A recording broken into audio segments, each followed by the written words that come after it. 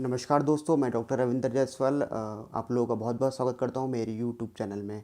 दोस्तों, आज हम इस वीडियो में डिस्कस करेंगे कॉर्न के बारे में, जो कि बहुत ही कॉमन सी प्रॉब्लम है। ये कॉर्न क्यों होता है, किन लोगों में होता है और इसका होम्योपैथिक दवाई जो कि बिना सर्जरी के ठीक हो जाए, आज हम इस वीडियो में ये सब मैं आपको बताने की कोशिश करूँगा। तो आइए शुरू करते हैं।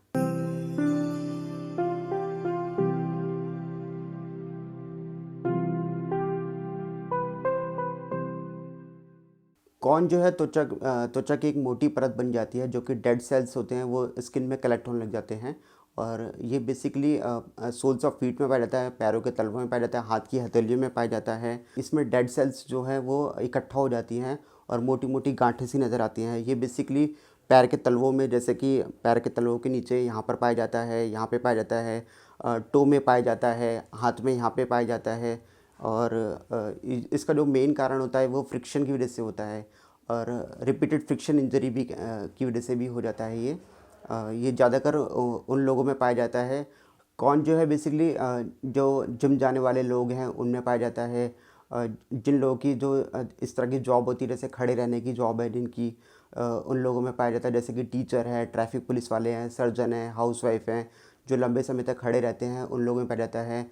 पॉस्चर में जो खड़े रहते हैं एक ही, उन लोगों में भी ज़्यादातर पाया जाता है। और राइटर्स में मिल जाता है आपको, और जो गिटार प्लेयर होते हैं उनमें मिलता है, जो ड्रम बजाते हैं उन लोगों में मिल जाता है। और ज़्यादातर लोग जो पेन का काम करते हैं उनके हाथों में इस तरह की एक फ्रिक्शन इंजरी की वजह से यहाँ पर भी मोटी मोटी गांठ बन जाती है। और जहाँ पर भी फ्रिक्शन होता है, जहाँ पर ज़्यादातर फ्रिक्शन पाया जाता है, वहाँ पर ये इसके होने की संभावना ज़्यादा मिल जाती है। नॉर्मली जब आप लोग डॉक्टर से पास जाते हैं तो उसमें सर्जरी के लिए बोलते हैं, बट सर्जरी 100% सोल्यूशन नहीं है इसका, क्योंकि 90% चांसेस में ये वापस से आ जाते हैं। हाँ, बॉडी की टेंडेंसी होती है कि कॉर्न्स दोबारा से बनने लग जाता है, क्योंकि आपका पॉस्चर ठीक नहीं है। अगर आपका फ्रिक्शन बार बार हो रहा है तो वो वहाँ ना होकर किसी और पर्टिकुलर जगह पर हो जाते हैं। कौन बेसिकली देखा गया है कि इल फिटिंग शूज़ की वजह से भी देखा गया है, या तो बहुत ज़्यादा शूज़ आपके टाइट हो उस केस में भी फ्रिक्शन की वजह से कौन हो जाता है, या फिर बहुत ज़्यादा लूज़ हो उस केस में भी क्या होता है कि फ्रिक्शन होने लग जाती है और आपका कौन डेवलप होने लग जाता है। कुछ लोग जो होते हैं सॉक्स के बिना ही शूज़ पहनते हैं, तो उस केस में क्या होता है कि जो आपका जो सोल है और वो शूज़ के सोल से वो घिसना शुरू हो जाता है, फ्रिक्शन होता है, और उस केस में भी कौन बनना शुरू हो जाता है।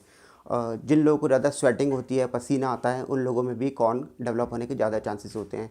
इसके अलावा जो हेल्दी लोग हैं उनको, उनमें जो प्रेशर पड़ता है पैरों पर, उसकी वजह से भी कॉर्न हो जाते हैं। और जो दुबले पतले लोग हैं उनमें पैरों में फैट नहीं होता, तो उस केस में भी कॉर्न बनने के चांसेस जो हैं वो दुगना हो जाते हैं। आइए जानते हैं कॉर्न के लक्षण क्या हैं। कॉर्न बेसिकली डेड सेल्स होते हैं जो कि इकट्ठा हो जाती है, और इसकी वजह से पेन होता है, एक शार्प शूटिंग पेन होता है। ये लाइफ थ्रेटनिंग डिजीज़ नहीं है, इसकी वजह से कोई जानलेवा बीमारी नहीं है। इसका होम्योपैथी में अच्छा सा उपचार हो सकता है। बेसिकली आपको बहुत ही चुभन सी महसूस होगी, एक रफनेस सी महसूस होगी। जैसे आप चलते हैं तो पैरों में बहुत तेज दर्द होगा, एक झंझनाहट सी होगी। कॉर्न जो है एक भुट्टे के दाने की तरह होता है। कॉर्न जो शब्द है वो भुट्टे के दाने से ही लिया गया है बेसिकली। भुट्टे का दाना जो कि हार्ड होता है बट बीच में से सॉफ्ट होता है, तो जैसे जो प्रेस होता है तो उसमें एक बहुत ही शार्प शूटिंग पेन होता है। पेशेंट को बेसिकली पेन ही महसूस होता है इस केस में। इसकी टेस्टिंग के लिए हम लोग क्या कर सकते हैं, एक पेन ले सकते हैं। पेन को जो कॉर्न है वो उसके सेंटर में आप ऐसे प्रेस करेंगे तो एक बहुत ही शार्प सा पेन होगा, तो आपको महसूस होगा कि हाँ भाई मेरे में कॉर्न डेवलप हो गया है। अब तक दोस्तों आप लोगों ने कॉर्न के बारे में जान लिया, ये किन लोगों में पाया जाता है ये भी जान लिया, ये क्यों होता है ये भी जान लिया। अब इसका होम्योपैथिक दवाई मैं बताऊंगा जिसमें आपको सर्जरी की नीड ही नहीं पड़ेगी। इसमें जो एक दवाई आती है एंटीमक्रूट 30, जो कि कॉर्न के लिए बहुत ही अच्छी दवाई है और इस 100% इफ़ेक्टिव दवाई है। इसकी आप 2-2 ड्रॉप्स दिन में 3 बार सुबह दोपहर शाम भी ले सकते हैं। ये जो कॉर्न है इसकी जो ओवर ग्रोथ हो गई है, जो कि डेड सेल्स है, उसको ख़त्म करने में काम करती है। एंटीमक्रूट होम्योपैथी में सबसे अच्छी दवाई मानी जाती है कॉर्न के लिए।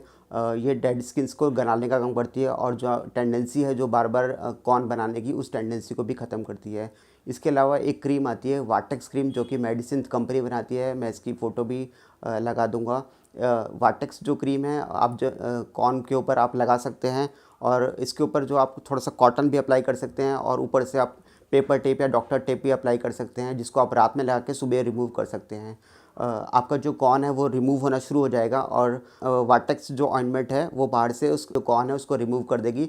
और जो अंदर से जो आप एंटेमक्रूट 30 लेंगे वो अंदर से जो ओवर ग्रोथ हो चुकी है उस ओवर ग्रोथ को भी ख़त्म कर देगी। एंटेमक्रूट 30 स्किन की बहुत ही अच्छी दवाई है। वाटेक्स क्रीम जो है वो कॉर्न के लिए और मस्सों के लिए दोनों पे काम करती है। मस्सों के बारे में मैं आपको एक नई वीडियो में बताऊंगा। इस वीडियो में मैं आपको कॉर्न के बारे में बता रहा हूँ, लेकिन जो ये वाटेक्स क्रीम है ये ओवर ग्रोथ जो हो जाते हैं मस्सों पे भी बहुत ही अच्छा इफेक्टिव काम करती है। और कॉर्न कॉर्न को गलाने में तो ये बहुत ही इफेक्टिव दवाई है। मैं ज़्यादातर अपनी प्रैक्टिस में वाटेक्स क्रीम भी यूज़ करता हूँ। एंटेमक्रूट 30 तो मैं यूज़ करता ही करता हूँ और इसके रिज़ल्ट्स मुझे 100% मिलते हैं।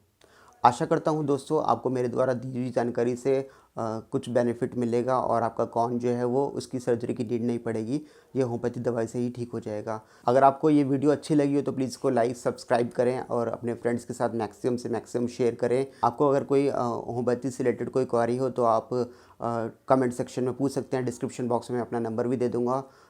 आप सब्सक्राइब करेंगे तो आपको जो मेरी अगली वीडियोज़ का नोटिफिकेशन आपको मिल जाएगा। आप लोग स्वस्थ रहें, व्यस्त रहें और चिंता मुक्त रहें। जय हिंद, जय भारत।